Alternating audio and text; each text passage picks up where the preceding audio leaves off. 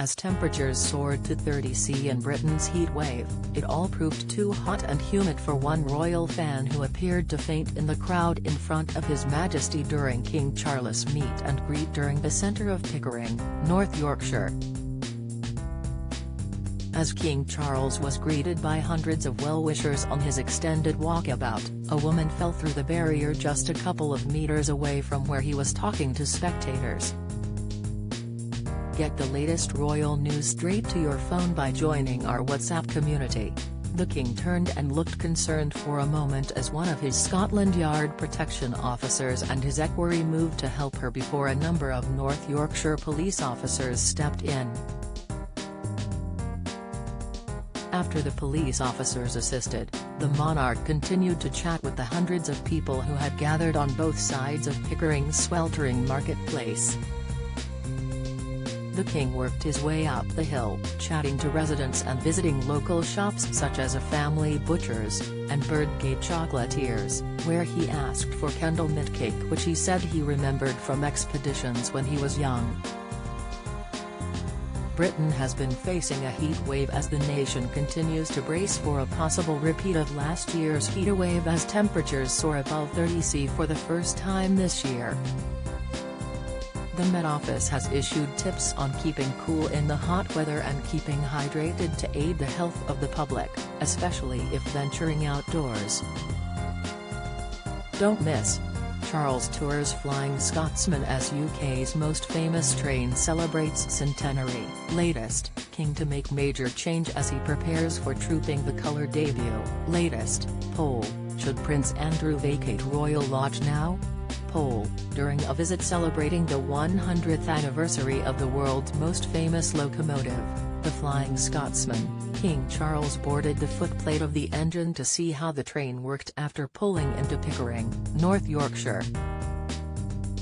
The 74-year-old monarch travelled on the scenic North Yorkshire Moors Railway from Gromont into the town to celebrate both the locomotive's centenary and the 18-mile Heritage Line's 50th anniversary.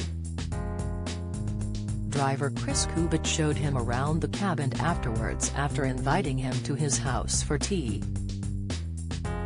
Mr. Cubitt said, as a regular because he has been here before when he opened the station in 2000. I invited him in for tea, but he said he couldn't come. King Charles also visited St. Peter and St. Paul's Church, which is renowned locally for its medieval wall paintings, and he was also given a guided tour by Dr. Kate Giles, co-director of the Centre for the Study of Christianity and Culture and senior lecturer at the University of York. Throughout the day, many spectators, visitors and well-wishers braved the heat to talk to His Majesty. King Charles also chatted to the bell ringers who had provided a musical backdrop to his visit. As he signed the visitor's book, the King was told by the Reverend Gareth Offa that Queen Mary had visited the church in 1937. The monarch's visit was part of a programme of events to celebrate 100 years since the train entered service and 50 years of the North Yorkshire Moors Railway. On Monday morning, North Yorkshire Moors Railway took to Twitter to discuss the King's visit. They stated that the station welcomes the King to commemorate its 50th anniversary and 100 years of the Flying Scotsman.